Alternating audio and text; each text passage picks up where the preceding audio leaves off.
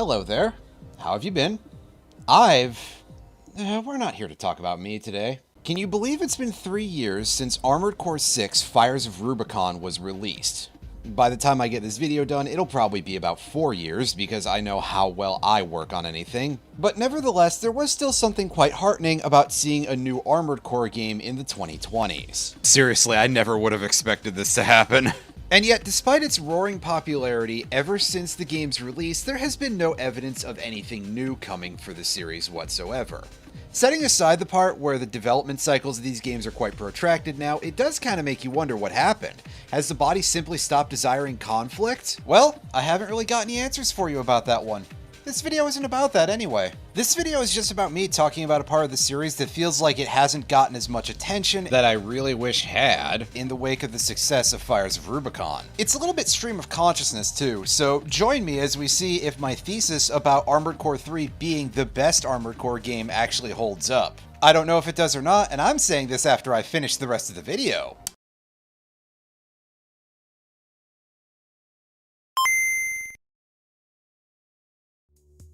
Well, I suppose there's always the possibility that From Software just wants to work on other things, but when I say that this game was successful, I mean that relative to other games in the series. The most up-to-date information that I could find easily for Armored Core 6 Fires of Rubicon puts the game at having sold about 3 million units as of 2024. Now, as a goddamn fossil, I remember a period where 3 million sales sounds really good. In fact, back in the 90s, games that sold 1 million copies would get a special banner put on their package in future releases. Meanwhile, within about a month of its release, Elden Ring sold 13.4 million copies. Within a month! Yeah, no, 3 million copies in a year is borderline a consolation prize in the video game business now.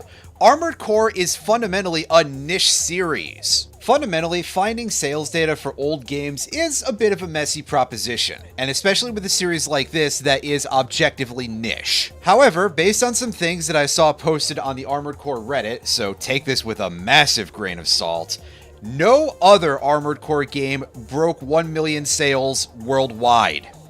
Ever. Not even Armored Core 2, a game that got huge boosts to its sales numbers because it was a PS2 launch title. And yeah, insert standard part here about how sales numbers do not necessarily reflect exact popularity, but unfortunately, it's the most measurable metric that I have. So, and at risk of making this video sound like it's only for established Armored Core fans, while we wait for news of maybe some DLC or probably more like an Armored Core 7, let's talk about a game to play or perhaps replay in the meantime.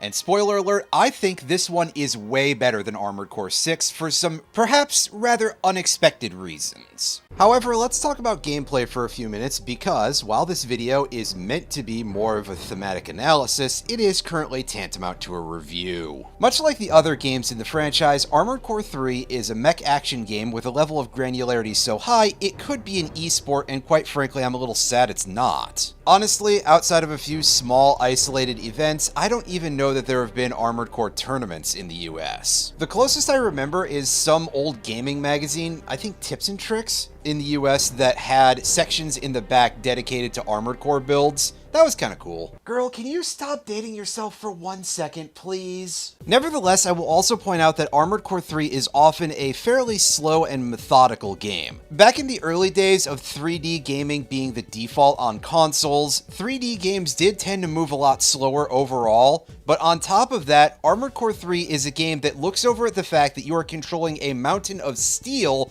and understands that if you want that thing to be agile, you're gonna have to make some sacrifices and do some very weird things in general. For example, one such sacrifice is practically all of your ability to attach any weight to your mech at all beyond the vital parts. I mean, I think the game is a little overbalanced, so if you want me to state any particular flaw with AC3, there you go. But yes, I do agree that it would be rather questionable to allow this strangely kayak-shaped, high-speed floating metal pod to carry 3 gigantic grenade launchers and to use main arms that look like they're made out of bricks. One criticism that I saw semi-frequently is that because you turn so slowly, it can be very hard to aim at certain targets. From a perspective of pure playability, I do agree that this sucks. However, I've always felt that Armored Core is a very immersive experience and it's designed as such. Just because these things can have legs doesn't mean that we should suddenly start applying the traits of legged creatures to Armored Cores. Treads or no, an Armored Core is basically a modified tank. It should probably have some problems with that. In fact, with the Armored Core 4 series, I feel that this retroactively sort of became a point in of itself. Armored Cores 4 and 4 Answer replaced the venerable AC with the Armored Core Next. A Next is very similar to a classic Armored Core, but a Next is also powered by Kojima particles, which are more or less stand-ins for the Minovsky particles of the Gundam franchise, and Kojima particle is a hilarious name when you consider that basically these are nuclear weapons. Someone want to remind me what Metal Gear Solid was about again? Nexts are quite capable of some truly incredible feats of military might and violence, but the pollution from the Kojima particles horribly destroys the biosphere of the planet and leaves humanity on the brink of extinction by the time of 4 Answer.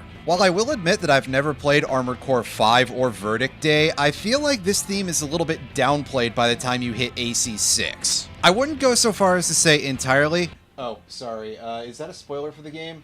Sorry.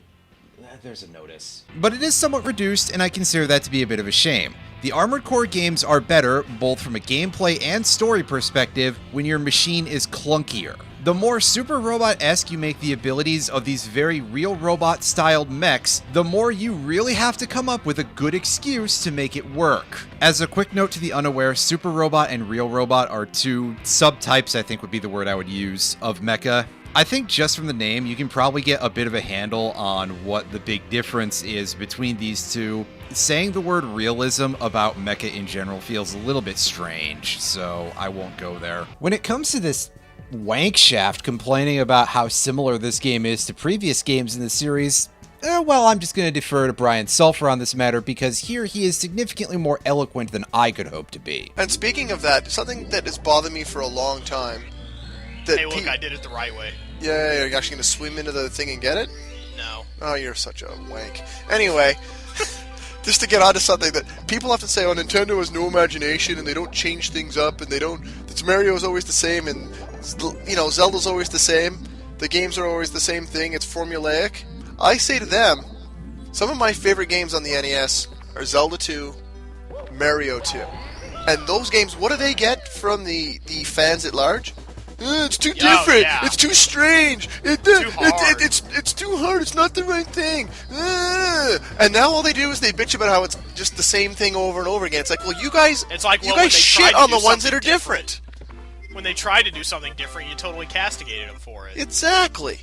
So that's why they did the same thing over and over again. Listen, I won't necessarily suggest that you watch either of those two guys' oldest material because they could be a little bit, well, dated in terms of the language they use. However, Brian absolutely has a very good argument here. Now, when I say story, that's always a little bit strange to discuss with Armored Core because it tends to be a little bit loose. Obviously, there's a plot thread, but it tends to be the sort of thing that gives you only the details you really need. We don't even know what any of these human characters look like at all. In fact, while I don't have all of the scripts in front of me, I feel that Armored Core 6 is the first time anybody says anything about what a person looks like. Certain prominent characters are given no names, and in fact, the people who give you missions may not even be the same people, with the only thing that leads you to believe that being the fact that they have the same voice. For all I know, Mirage requires all new hires to have that exact same wonderful voice. In fact, other AC pilots don't necessarily have names either. The Raven name field just appears to contain a call sign.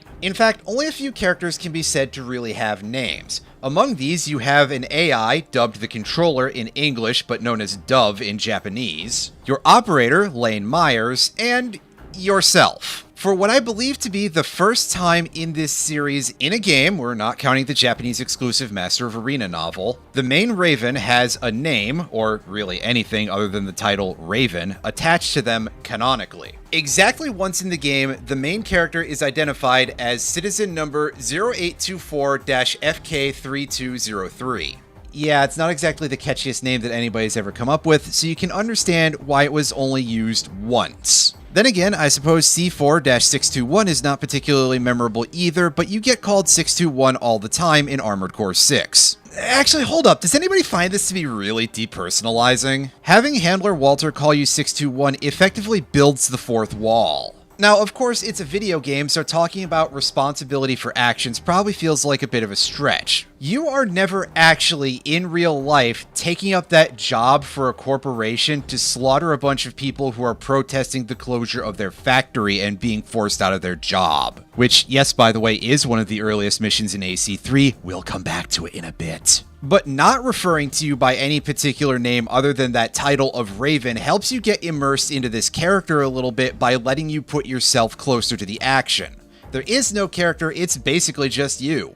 I think that if Lane Myers started every mission briefing with, "Got a job for you, FK3203, it would significantly eat into the abject horror of what you're doing. Now you're just role-playing, and the game is making absolutely sure that you're aware of this. By just about every metric, I think I would consider the story of Armored Core 6 to be extremely good. The prose is very good, the plot kept my interest, and the characters are very well fleshed out. Its message felt crystal clear, and the idea behind the Coral felt quite unique.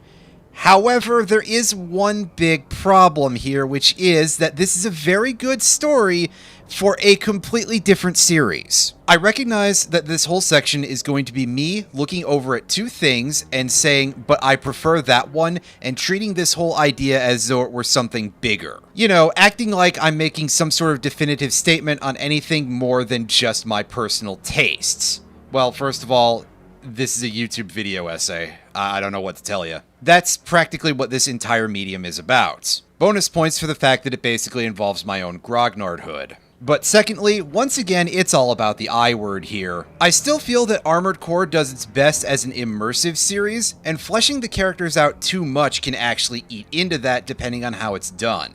Give it a couple more games that are written in a similar way, and it'll feel like it fits a little better, and I'll change my tune. Then again, I'm not really sure how likely we are to get another one anytime soon, because I don't think Miyazaki has figured out a good way to actually put Poison Swamps into an Armored Core game and have it make sense. Of course, don't confuse the term depersonalization that I used earlier with anything to do with dehumanization, which is definitely present in spades in both games. After all, in both games, you're being referred to by a serial number, not a name. The sheer disposability of Ravens is on full display in Armored Core 3. When you defeat another AC in a mission, if they're in the arena, they disappear, making pretty clear that they actually died on that mission. Meanwhile, another Raven shows up at the bottom of the ranks just like a new row of shark's teeth. That Raven's body is still warm and they've already found a replacement. Meanwhile, failing a mission in AC3 is not necessarily a death sentence, although you do sometimes get a game over. When this happens, your AC does not give a message for running out of AP, implying that it's too damaged to be able to do so and that you probably are about to die, and then you get fired. This is very funny in certain missions. For example, the mission Investigate Magna Ruins is explicitly a death trap. Mirage decided that you were too much of a threat to the controller and hired you onto a fake mission with a fake consort who is going to betray you, where you are intended to be trapped by them and another AC and murdered. Judging by this game over sequence though, you live long enough for Global Cortex to kick you off of their register. I guess you just didn't die good enough. As if the Fell For It Again award wasn't humiliation enough, right? But now that I've brought that up, I've talked about probably everything else I can really think of to say here. It's time to discuss how Armored Core 3 is the moment where the franchise decided to go full Garth Marenghi. I know writers who use subtext, and they're all cowards. This lack of subtlety really isn't new. Armored Core has basically been about as subtle as a brick to the rhyming body part. For example, here's a little bit of B-roll that I took from Armored Core 2 showing off one of the first mission options. In this mission, the LCC, an arm of the Earth government, hires you to kill one of its members who's been selling secrets to corporations. And in practically every Armored Core game, there's at least one early mission where you fight against a manned unit and you get to hear their death rattle when you kill them. In this mission, you get to hear the LCC employee's last ARG.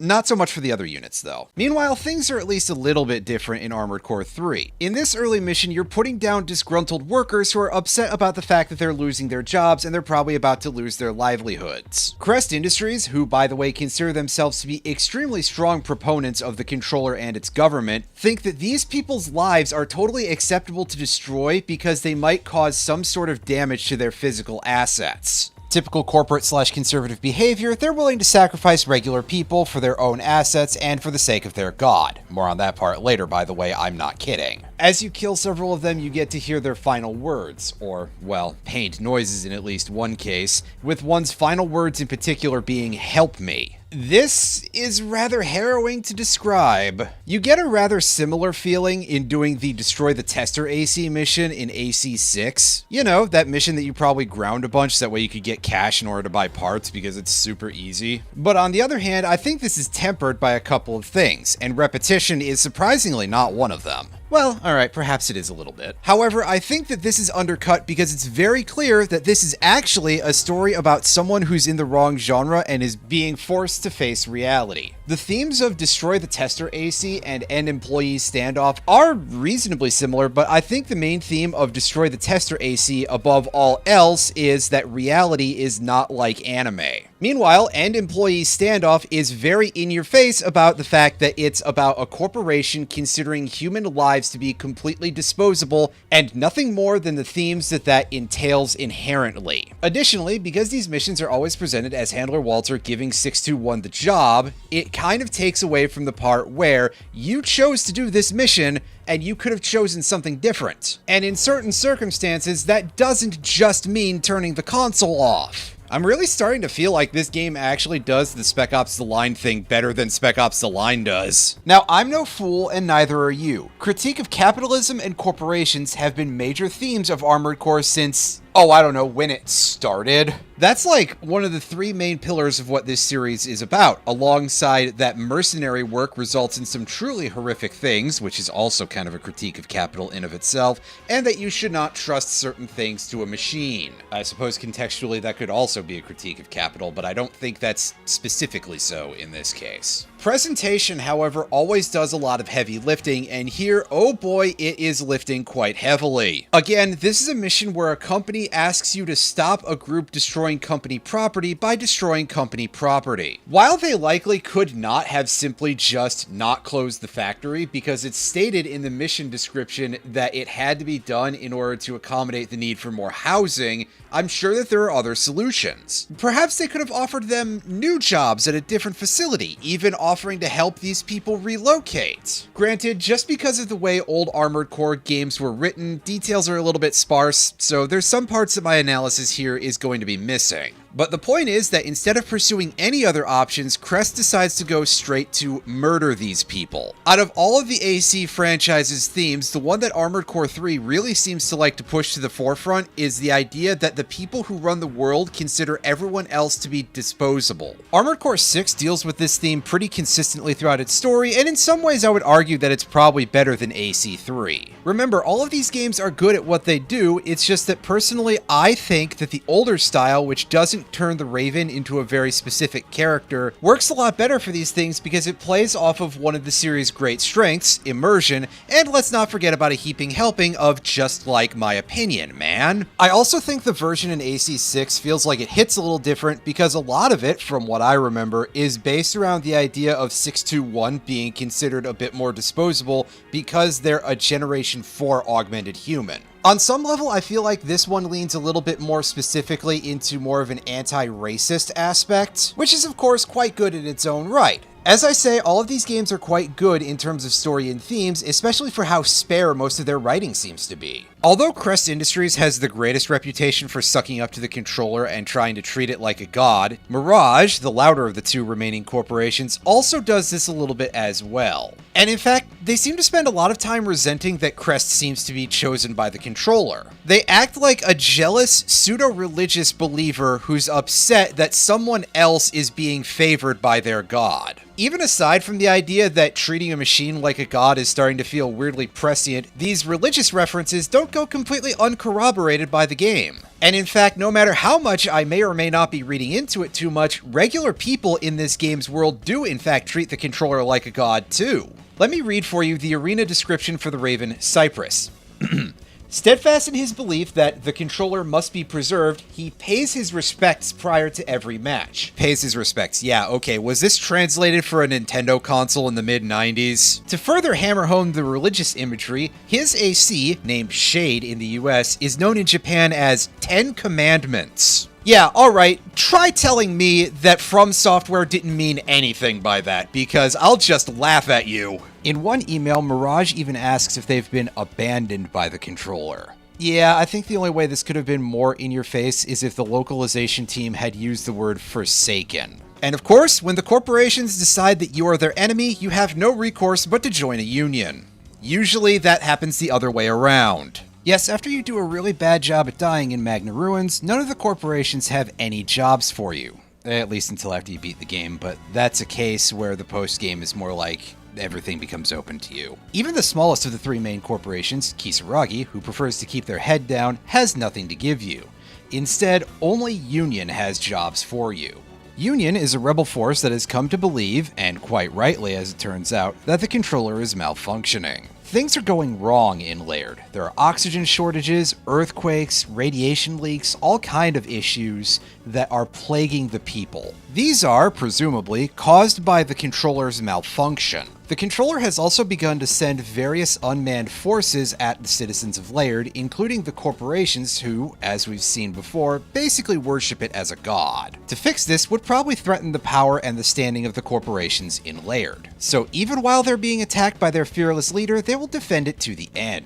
And yes, Union is a fairly generic sounding name for a group, but when you consider the overall themes, well, it does kind of remind you what From Software's opinion on subtlety was back then and still seems to be today. Just to note, I don't think that unsubtlety is in any way a demerit. Sometimes something does need to be that upfront about what it's about. And for that matter, something's themes don't suddenly become deeper just because they're any more difficult to hash out. I also know writers who use subtext, and I also believe they're all cowards. I know writers who use subtext, they're all cowards. In fact, I think I appreciate FromSoft's choosing to not beat around the bush very much where possible. It makes it that much harder to misinterpret the theme. Imagine somebody trying to read this game as pro-corporate. Just imagine what an idiot they would sound like. The ending suggests to me that perhaps the controller wasn't exactly malfunctioning all along. Laird is a large-scale underground city that was built by humanity underneath the Earth when the surface of the Earth became impossible to live on. Over time, however, the surface of the Earth once again became inhabitable, but nobody noticed. In fact, it's quite possible that your average citizen of Laird doesn't even know that humans lived on the surface of the Earth at any point. As its final act, the controller opens the gate to the surface. What we see is absolutely beautiful, and it shows a hope for a new start for humanity on the surface of the Earth. But at the same time, you can still think about the main themes of the story, because in the end, this is also a tale that warns that the only thing that can possibly stand in the way of the indomitable human spirit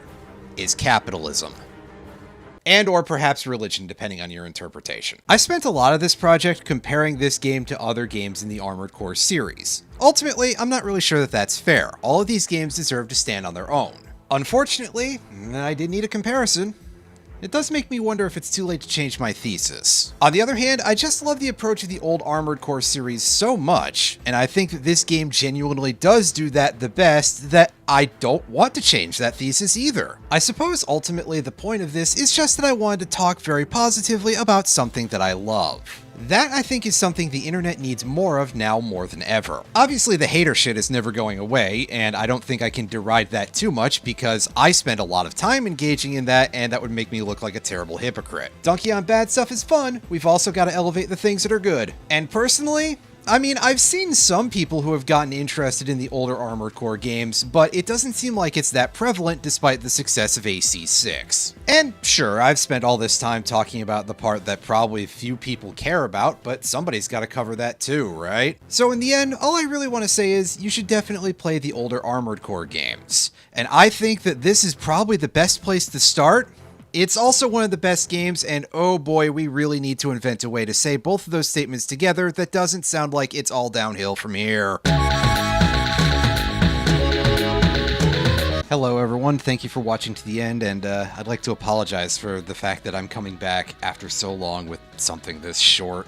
I feel like I've kind of failed a little bit on some level, but I've just been a huge mess lately, so it's nice to get back to making stuff. I'm working on some bigger projects still, but in the interim, I mostly just want to do a couple of shorter videos where I talk very positively about some things that I think are kind of cool. I think I've also just kind of gotten sour on the concept of doing long videos, so however, I am still going to do some of those bigger projects, don't worry. I'm sure you're all delighted. Thank you all very kindly for believing in me. Extra special thank you to all of my supporters. If you'd like to help support content like this, or you just like what I'm doing, I would appreciate it if you could like the video, subscribe to the channel if you haven't already, leave a comment, click on the bell to make sure you get notifications. Oh yeah, and if you're able to, head on down to the Patreon link in my description. Obviously, it's completely optional, you don't even have to give that much, but you do get access to videos a little bit early and some exclusive stuff, which I'm hoping to make some more of as well. And yeah, Twitch streams are still a thing. That's all, thank you again. I will see you in the future, hopefully.